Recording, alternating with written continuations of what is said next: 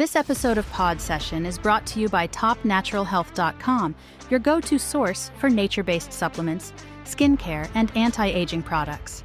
Visit their site for special promo code pricing on all of the products mentioned in this episode.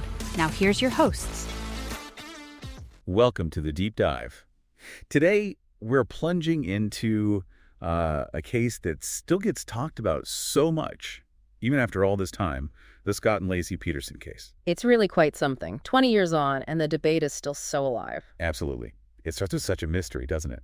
Christmas Eve, 2002, Laci Peterson, 8 months pregnant, vanishes from their home in Modesto. And her husband, Scott, is eventually convicted of her murder and the murder of their unborn son, Connor. Right. But even with that conviction, there are these persistent questions, these theories about his innocence. So today we're trying to unpack that for you, the listener. We want to separate the, verifiable facts from the speculation. We'll look at the timeline, the evidence or lack thereof, and these arguments that suggest maybe, just maybe, Scott Peterson isn't guilty. Okay, so let's quickly recap the main events. December 24th, 2002, Laci's gone. Scott says he was fishing over in Berkeley. Which is what, about 90 miles away? A fair distance. Yeah, and back home, they find her keys, her wallet, sunglasses, purse, everything she'd normally take if she just popped out. And she was very pregnant, due February 10th, 2003. Then, tragically, in April 2003, her remains and Connor's are found in the San Francisco Bay. Which leads pretty quickly to Scott's arrest and then his trial and conviction. So, for this deep dive, we've pulled from quite a few places. There are timelines of the case, the pretty detailed Wikipedia entry, court documents like the California Supreme Court review of his death sentence. Plus news reports on the resentencing, his current legal battles, and even, online forums where people really debate the innocence theories. And our goal here is just to give you a clear picture of the established facts and those arguments suggesting innocence, but, sticking to the information from the sources, staying impartial. Okay, let's start right at the beginning. December 24th, 2002. The day Laci disappeared. Scott calls the police, reports her missing. And he gives that alibi fishing for sturgeon at the Berkeley marina. Laci's mom, Sharon, she said later that Scott's call to her that day was the first she heard Laci was even missing. It wasn't actually until about 6 p.m. that evening, though, that Scott and Laci's stepfather made the official police report. Yeah, bit of a delay there. And then there's that detail about the dog, McKenzie. Right, their golden retriever. A neighbor finds the dog just wandering around, leash on, and it's muddy. Another person saw the dog alone, too. Which immediately sounds off. If she went for a walk, you'd think the dog would still be with her, or someone would have put him back inside. Exactly. It suggested something unexpected happened. So the search kicks off. Huge effort. Family, friends, tons of volunteers, police everywhere. And a reward was offered, started smaller, but eventually climbed up to $500,000 for her safe return. The police pretty early on said they didn't think Laci had just left on her own. Mm-hmm. Which lined up with what her family was saying, too. But then Scott's behavior starts to come under the microscope. And this is where things get complicated. Well, yeah. Even before Laci disappeared, there were some red flags, looking back. December 6th, Scott tells his mistress, Amber Frey, that he'd lost his wife. Lost his wife weeks before she vanished. Yeah. It's chilling. It is. Then, December 9th, he's at a Christmas party with Amber. Laci's at a different party, alone. Doesn't exactly scream concerned husband-to-be. Not really. And then Amber figures things out. A friend tells her about Laci, so on December 14th, she calls the Modesto Police hotline. Wow, so she reaches out pretty quickly once she knows. She does, and by December 28th, she's talking to detectives again and agrees to cooperate fully. That included recording her phone calls with Scott. Those phone calls, they became a huge part of the case, didn't they? Oh, absolutely. Like on December 30th, there's a candlelight vigil happening for Laci in Modesto. And Scott calls Amber. Pretending he's in Paris for New Year's Eve. Just a complete fabrication while his pregnant wife is missing. It's hard to wrap your head around that kind of deception. Then, January 6th, Amber goes public, holds a press conference, explains she had no idea Scott was married or that Laci was pregnant. That was a bit of a bombshell. Huge. And it really shifted the dynamic. Around January 12th, the police tell Laci's parents privately about the affair. And that's when Laci's mom, Sharon Rocha, tells them she thinks Scott did it. Yeah, that was the turning point for the family's public stance. By January 19th, they hold their own press conference, basically withdrawing their support for Scott. They cited his lack of communication, his lack of cooperation. It wasn't just the affair itself, but how he handled it after she disappeared. Exactly. The lies, the deception towards Amber, especially during that critical time, jurors later said that stuff really weighed heavily on them. It painted a picture. And there's other stuff, too. Some online discussions mention phone records from around December 20th, suggesting Laci was getting pretty fed up with Scott's excuses about where he was. Right, adding another layer to their relationship dynamic just before she vanished. But then, Scott does something kind of strange. January 15th, he's leading an effort to put up missing person flyers in L.A. Yeah, I mean, on the surface, it looks like he's trying to help, trying to find her. But given everything else, Laci's family and many others saw it as maybe performative, an attempt to control the narrative. It was viewed with a lot of skepticism. and then he goes on TV. January 23rd, Good Morning America. And makes these claims that Laci knew about the affair and was fine with it, and that he told the police immediately. Which contradicted, well, pretty much everything known up to that point. Exactly. It just added to the perception that he wasn't being truthful. Then comes April 2003. The case takes its most tragic turn. Yeah. April 14th, the remains of a baby boy, a fetus, wash ashore in Richmond on the San Francisco Bay, later confirmed to be Connor. Just devastating. And then a few days later. April 17th, Laci's body is found, about a mile away near Point Isabelle. Her body was badly decomposed, tragically missing her head and hands. The pathologist's findings were grim. Very. Dr. Peterson determined Connor died inside Laci, and his body was essentially expelled post-mortem due to the decomposition process in the water.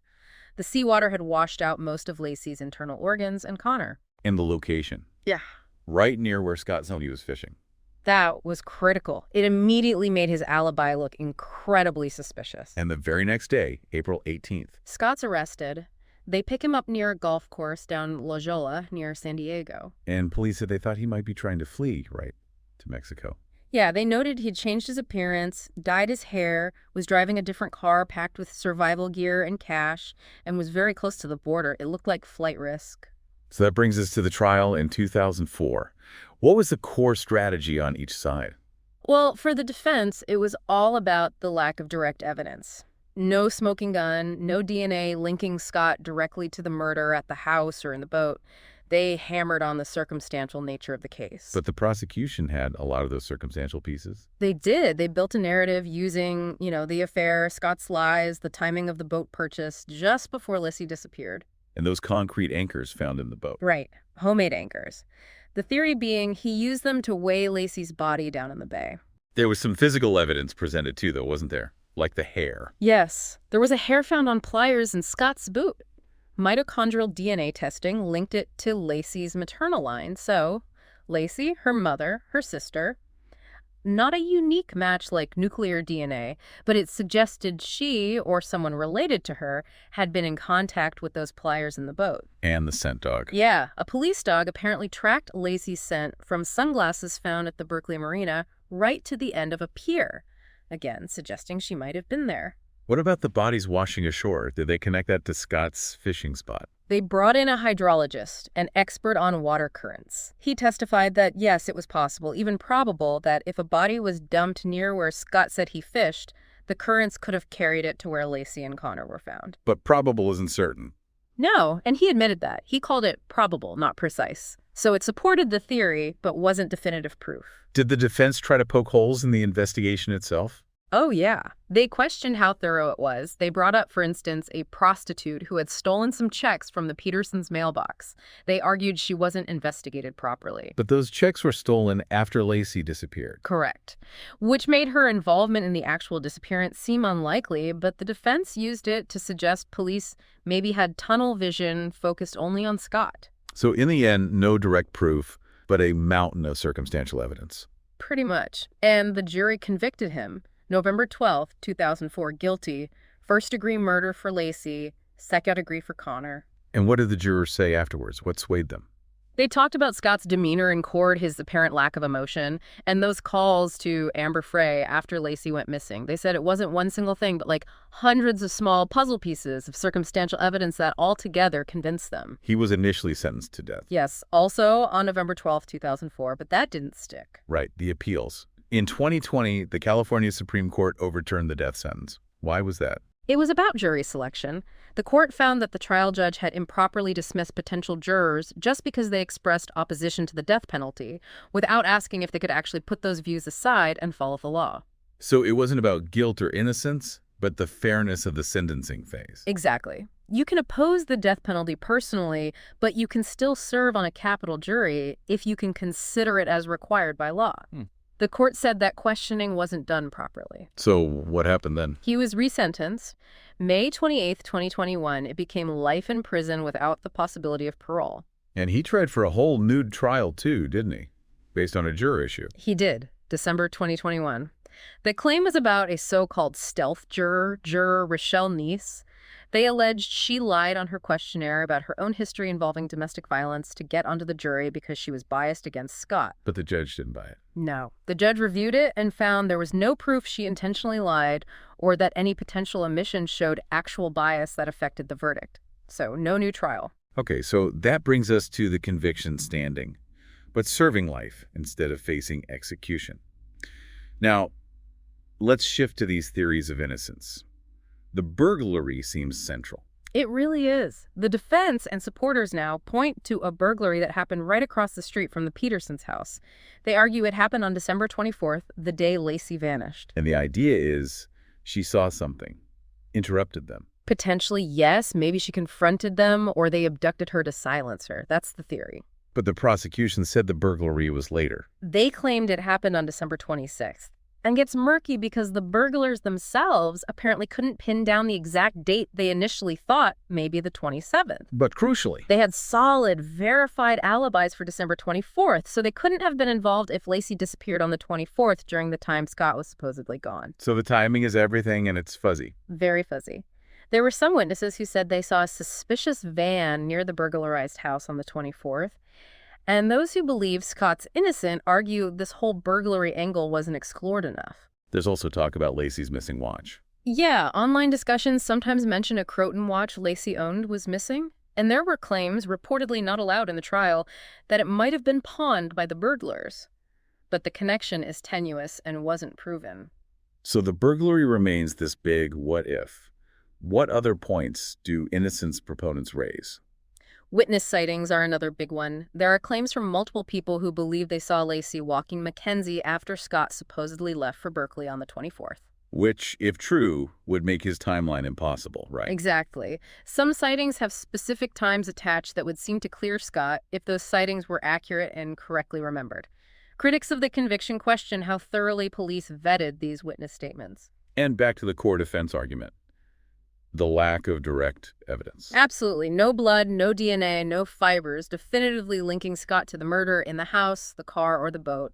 It all came down to interpretation of circumstantial evidence, and supporters argue that's just not enough for proof beyond a reasonable doubt. This leads to accusations about the investigation itself. Yes, claims that the Modesto Police were biased from the start, focused only on Scott, and didn't seriously look at other leads like the burglars or those witness sightings. Some even go further, right, suggesting evidence tampering. There are allegations, often referencing other unrelated cases in that jurisdiction, suggesting a possibility of evidence mishandling.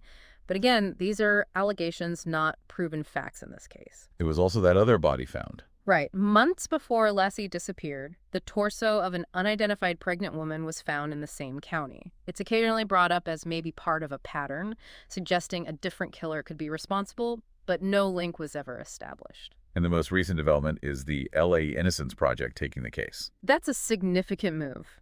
In early 2024, they announced they were representing Scott, claiming they have new evidence pointing to his innocence.